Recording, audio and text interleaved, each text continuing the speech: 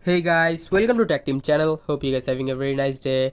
Today in this video, I'm gonna show you how can you build a website using ChatGPT. So guys, it's a very easy process. At first, you need to have an account in ChatGPT, and if you have an account, just go to the ChatGPT website.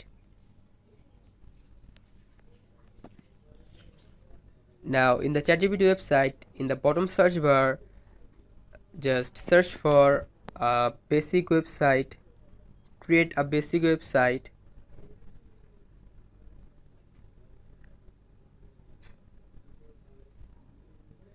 using HTML, or you can also use CSS, Python.